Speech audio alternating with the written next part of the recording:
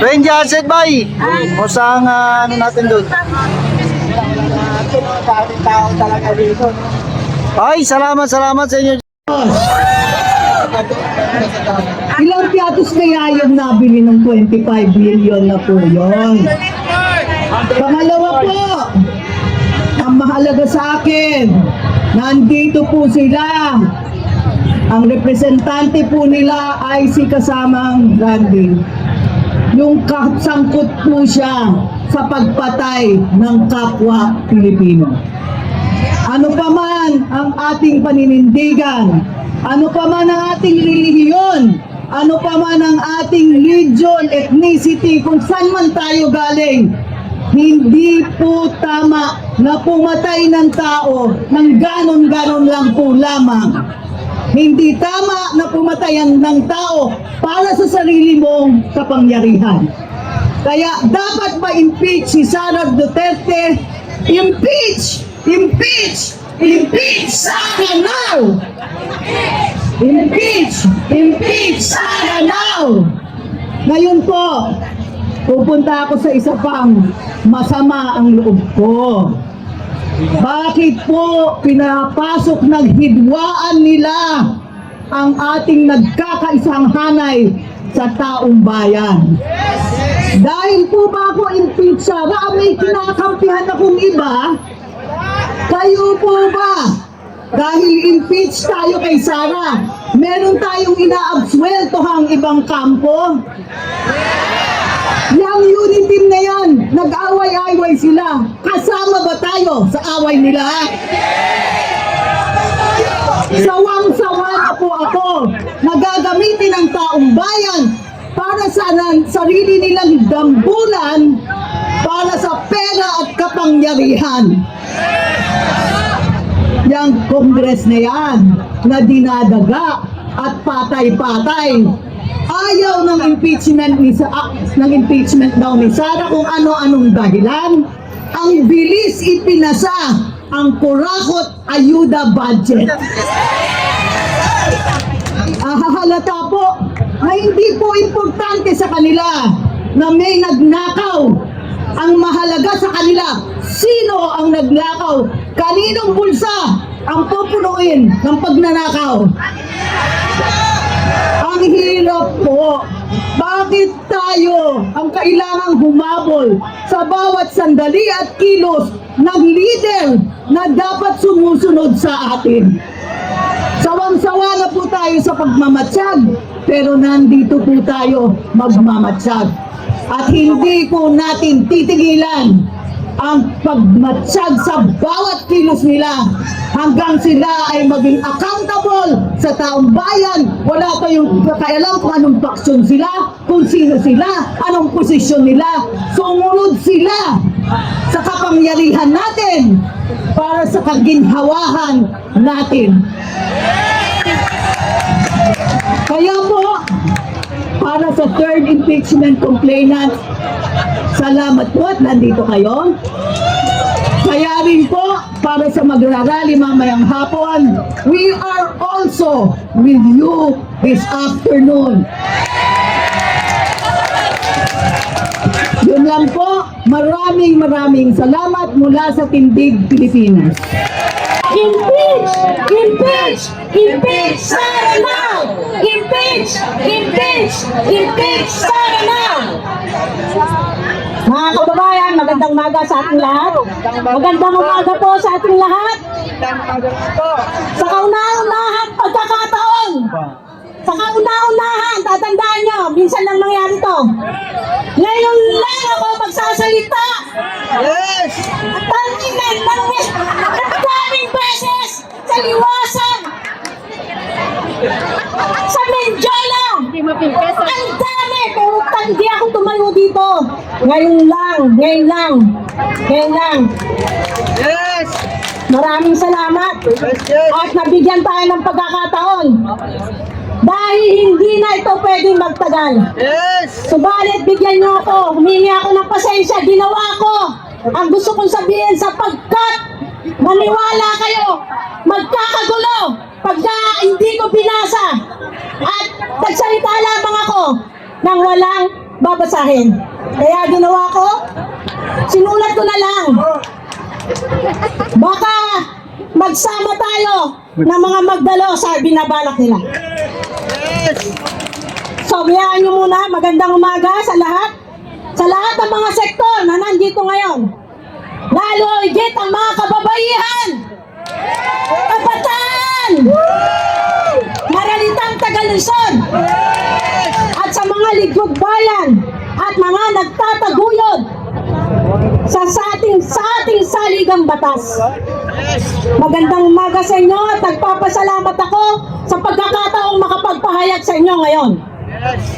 Sa harap ng napakahalagang mga usapin tulad ng impeachment, tungkulin natin bilang mamamayan na kumilos na may katapatan sa ating saligang batas. Respeto sa ating demokratikong proseso at pagpapahalaga sa kaban ng bayan. Ang impeachment ay hindi isang simpleng labanan sa politika. Ito ay isang mekanismo upang mapatandili ang integridad ng ating gobyerno. Protektahan ang taong bayan laban sa pang-aabuso sa kapangyarihan at tiyakin na ang bawat opisyal ng pamahalaan ay may pananagutan sa kanilang sinumpaang tungkulin. Kamakailan lamang nasaksihan natin ang pagkilos na isinagawa sa Luneta na nananawagan ng pagkakaisa para sa kapayapaan. Join tayong lahat dyan sa panawagan na yan. At sa palagay ko, wala isa man sa atin na andito ngayon na ayaw at sumasalungat sa panawagan na yan. Subalit, ano nga bang kapayapaan ang tinutukoy natin at hinaharap ng sambayan ng Pilipino? Kapayapaan kung saan may umiiral na hustisya dapat. May pagkakapantay-pantay na magtutulay sa tunay na pagkakaisa sa pagitan ng mga sektor ng lipunan at ng pamahalaan. Ano bang pagkakaisa para sa kapayapaan kung patuloy na umiiral ang kawalang katarungan? Walang tunay na kapayapaan kung patuloy ang pag-iral ng pang-aapi. Paano natin maiisip ang pagkakaisa kung patuloy ang pandarambong at pagnanakaw sa kabangyaman? Paano ba ang pagkakaisa para sa kapayapaan kung patuloy ang pagsikil sa karapatan ng mahihirap na mamamayan at patuloy na pagtatakip at pagsisinungaling? Ilarawan natin sa kaso ng pangalawang Pangulo Sara Duterte. Ang impeachment kay VP Sara Duterte, isang usapin ng katarungan sa kaban ng bayan, pagsunod sa batas at pananagutan bilang isang opisyal ng taong bayan. Hindi ito dapat tingnan bilang isang away sa politika, kundi bilang isang proseso upang tiyakin na tiyakin ang demokrasya ay gumagana ng patas, na ang batas ay pantay na pinapatupad at walang sinuman, kahit ang pinakamataas na opisyal, ang makakaiwas sa pananagutan. Katarungan ang sigaw ng mga mamamayan laban sa sinumang lumabag sa tiwala ng taong bayan. Gumamit ng posisyon upang mapanatili ang sariling kapangyarihan. Talampasang lumabag at patuloy na lumalabag sa konstitusyon at sa mga umiiral na batas. Ito ay technical issue lamang kung Hindi ito technical na issue lamang, kundi ito'y kawalan ng hustisya laban sa sambayanang Pilipino.